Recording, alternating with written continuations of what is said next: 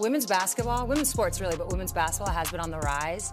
And it's kind of like what Magic and Bird was to men's basketball. Like this moment, we kind of needed something. This is to that just moment. And Caitlin's that moment. And I think a lot of it has to do with her Logo 3. Imagine having such talent. Your saved league turns against you. Caitlin Clark is more than just a celebrity. She is the catalyst for a change in the WNBA. However, she is receiving tech fouls, nasty headlines, and silence from the top instead of recognition. Subbird, a legend, is now shattering that quiet. You must listen to what she found. And in my experience, that is the rule. Yeah. That's not the exception to the rule. Yeah. And it feels like the narratives that have gotten formed in our league, it's like the exception to the rule gets spun as if it's the rule. Yeah. It's like the small little thing that happens gets taken as if it's always happening, right? Yeah. Like one person might not like somebody, now the whole league doesn't like somebody. Yeah. You get it. Yeah. So I love that you said that, mainly because that has been my experience. First, let's talk about the podcast that revealed everything. Sue Bird. Yes. On her Bird's View podcast, the 4-time WNBA champion, Olympic gold medalist, and undisputed great revealed something shocking. She made a strong left instead of applauding Caitlin Clark for breaking records and attracting millions of new fans to the game. She spoke a more profound and unsettling topic. She said that Clark's accomplishment was being purposefully minimized by WNBA PR teams. Broadcasters were instructed by official league documents to concentrate on league-wide themes and limit Caitlin pieces. That's crazy. Now consider why a league that is seeing a surge in popularity because to a single rookie would attempt to undermine her reputation. Sue likened it to her own rookie year, when she was encouraged rather than hindered by veterans. You could hear the frustration in the way she spoke. This was disappointment rather than bitterness. And you can tell it's a warning when someone like Sue Bird speaks up. It's not simply noise. What precisely is happening here, then? Things start to become unpleasant at this point. Can we use the race angle to boost mid-season ratings? A senior executive suggested during a behind-the-scenes WNBA meeting, according to Sue. It's more than simply poor PR. Playing with fire is what that is. The league allegedly attempted to construct a narrative, pitting black against white, roughness against grace, rather than merely allowing Caitlin Clark and Angel Reese to showcase their skills. It wasn't subtle either. Racial Arc Plot Strategies was the title of an actual memo that was circulating. It featured concepts like combining wording like ice versus grit with split-screen images of Clark and Ree, essentially making their play style and skin tone a media hook. Here's the problem, though. Angel and Caitlin didn't request that. I'm here to play basketball, not be a prop in a racial narrative. Reese even wrote on social media. Clark said the same thing. First, we are athletes. This lacked empowerment. Exploitation was what it was. You could sense it too. Fans became irate. The players became uneasy. In any case, the media ran with it. Who, then, gains anything from this kind of drama? Since it most definitely wasn't the players. Let's discuss the technical issues. On May 18th, Caitlin Clark slapped the backboard out of irritation and was called for assault. That's all. No yelling, no hurling, just a gentle tapping. Diana Taurasi, meanwhile, hurled her warm-up jacket across the floor and yelled at a referee. But she was not thrown. Not technical, just a heads up. Why are we here? Fans took note. Side-by-side video footage became viral on social media. Different responses to the same actions. The leaks then surfaced. On May 10th, referees allegedly got a document explicitly stating that rookies like Clark should be watched for unsportsmanlike behavior. Put simply, refer to them more. Consider yourself a 22-year-old child bearing the league's burden. And whenever you display a small amount of fire, it bursts into flames. It isn't discipline. Targeting is what that is.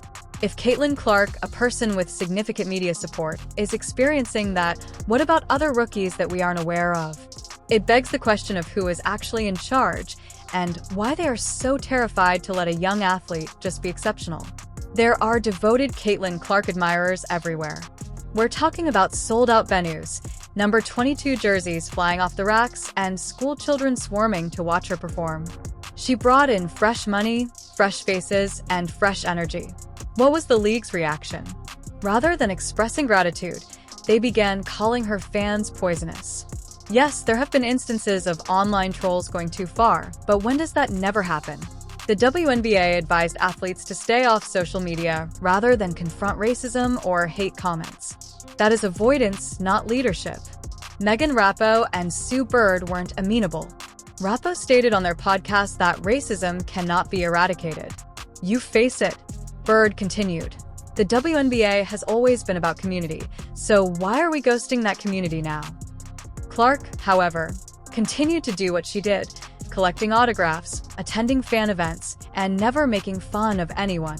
Here's the question then. At what point did enthusiasm turn into a danger? Let's discuss money. The WNBA inked a massive 10-year, $2 billion contract with ESPN and Amazon on April 20th.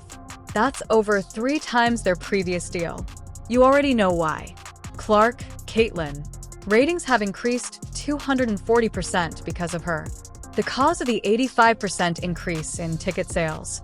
The cause of the $25 million in jersey sales in a few months. She is more than simply a player. She is a movement and a brand. They still made an effort to keep her back, though.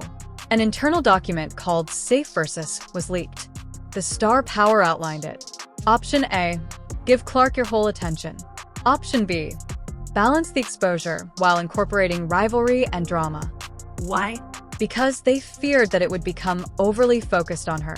However, how can the league expand without acknowledging its greatest draw? LeBron is not dimmed by you. You don't minimize Serena. You stoop down. So why is the WNBA being frightened? The events that followed were depressing and expected. The league played into the drama rather than Clark's greatness. Each serious infraction became a headline. Every technical foul became a video that went viral. Every minor altercation turned into Caitlyn versus the world. There is hardly a whisper between the game-winning shots and the record-breaking assists. Why? Thus, controversy appeals to people. Clicks, however, don't foster loyalty. The fans began to take notice. According to a survey of WNBA season ticket buyers, 42% of them believe the league was exploiting controversy to boost ticket sales. Sponsors began to retreat as well. Because they didn't want to be involved in the scandal, some people postponed Caitlyn-focused advertisements. Consider that. Spin has been benching the most intriguing rookie in years. All because someone believed that drama was preferable than power. It becomes even more genuine at this point. The league's division was made clear via a leaked audio recording of an executive meeting held on May 15th. According to one executive, she is our cash cow. We cannot conceal her. Clicks from conflict don't build long-term fans, was another retort. They couldn't agree on how to promote Caitlyn Clark. Do you draw attention to her talent or cause conflict? The voices of the new school sense the wave coming, while the old school tried to maintain equilibrium. This is the reality. A generational star cannot be treated like a supporting cast member. You construct around her, much like Steph did in the 2000s and Jordan did in the 1990s. The issue isn't Caitlyn Clark. She is the model. Why, therefore, do they seem to be afraid of their own success? Do you know who is actually affected? The people observing from the sidelines and in the spotlight are the players themselves. Angel Reese didn't request to play the antagonist. Caitlyn Clark didn't request to be portrayed as the protagonist. They never tried out for competition.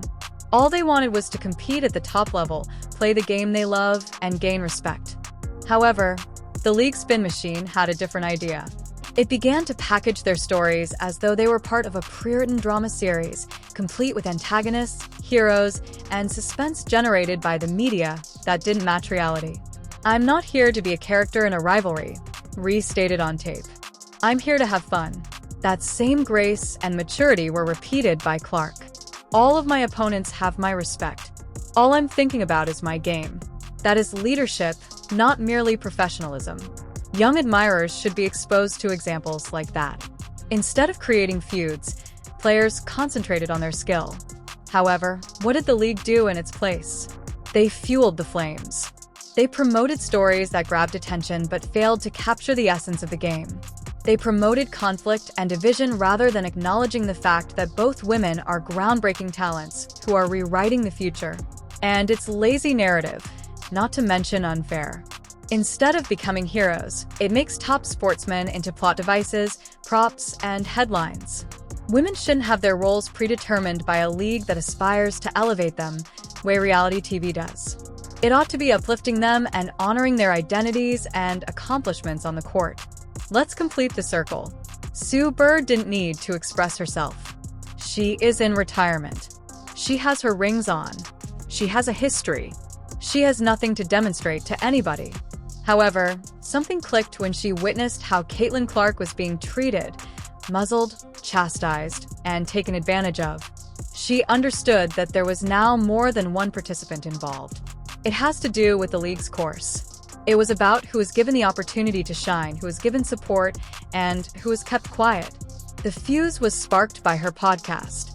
She did